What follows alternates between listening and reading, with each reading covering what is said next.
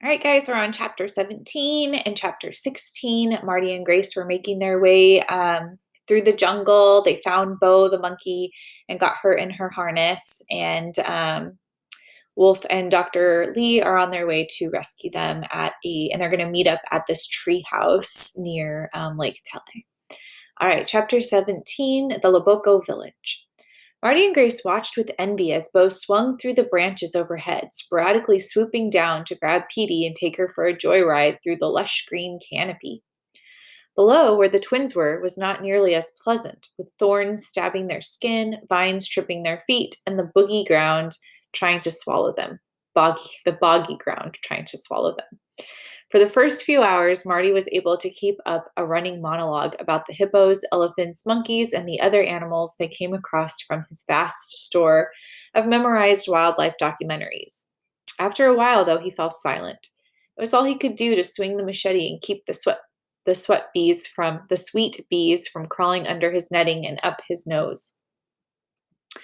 Every half hour or so, they stopped to catch their breath, drink water, and check their location on the gizmo. But early evening, they were less than halfway to the sky house. By early evening, they were less than halfway to the sky house. Marty sat down in an exhausted heap and pulled his second bottle of insect repellent from the pack.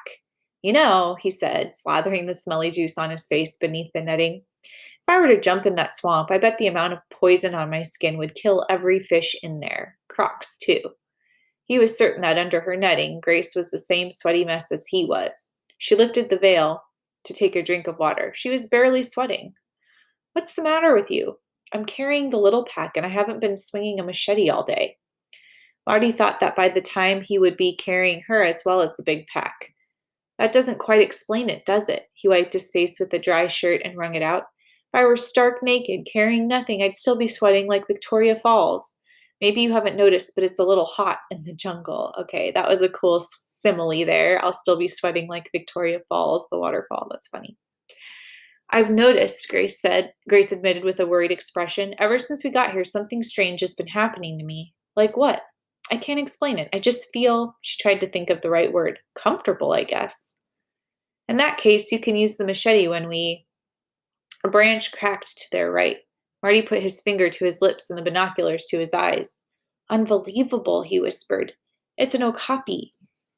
With a calf. He handed the binoculars to Grace.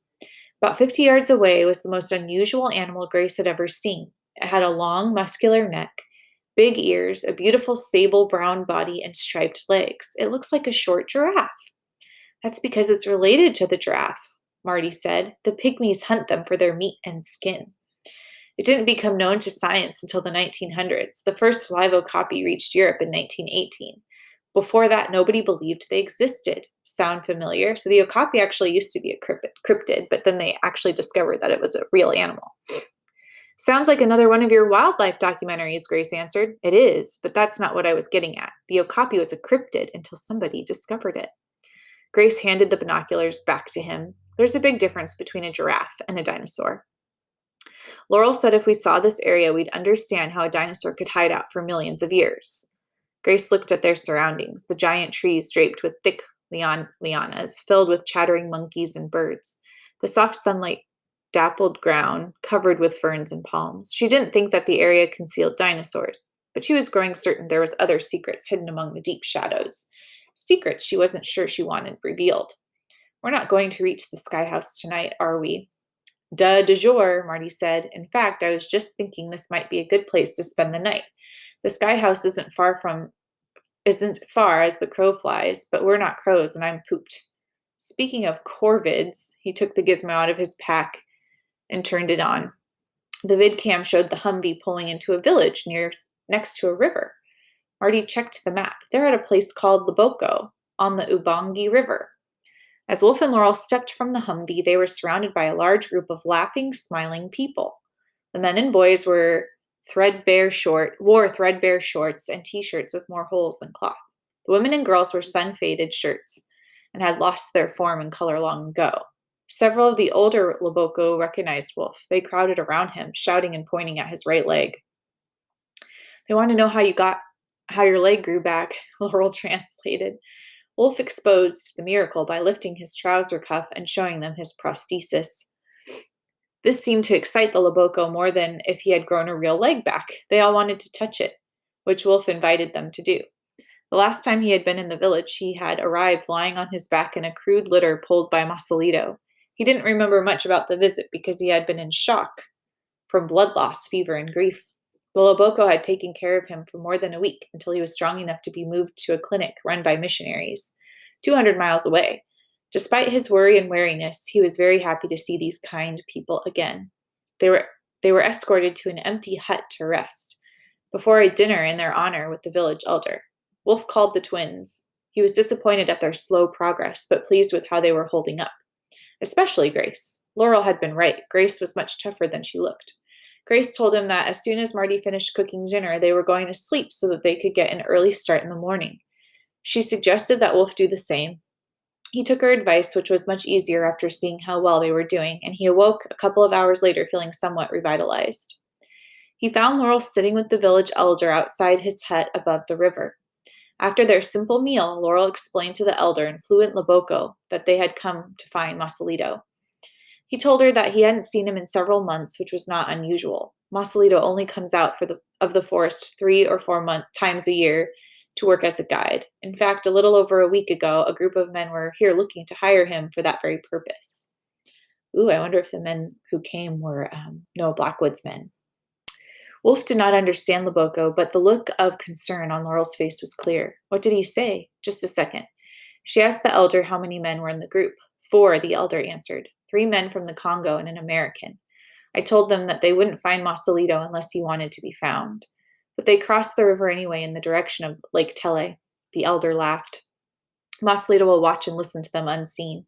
If he doesn't like what he sees, they will have wasted their time. Masalito is like the wind coming up off the river. He cannot be caught or seen. Laurel translated. Wolf cursed. What did the American look like? Laurel asked the elder. He was a big man with brown hair on his lip and no hair on his head. The men with him were not friendly. I hope they do not return.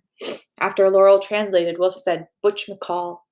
You know him? Wolf nodded. Butch is Blackwood's #1 guy. He's ruthless and very good in the woods. I got to know him pretty well when I was working at the Ark. We didn't get along. He's dangerous and he's had plenty of time to reach Lake Tele. We need to get across the river.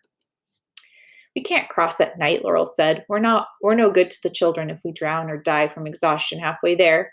You know as well as I do that we have to pace ourselves. The hardest part of our trek is on the other side of the Ubangi.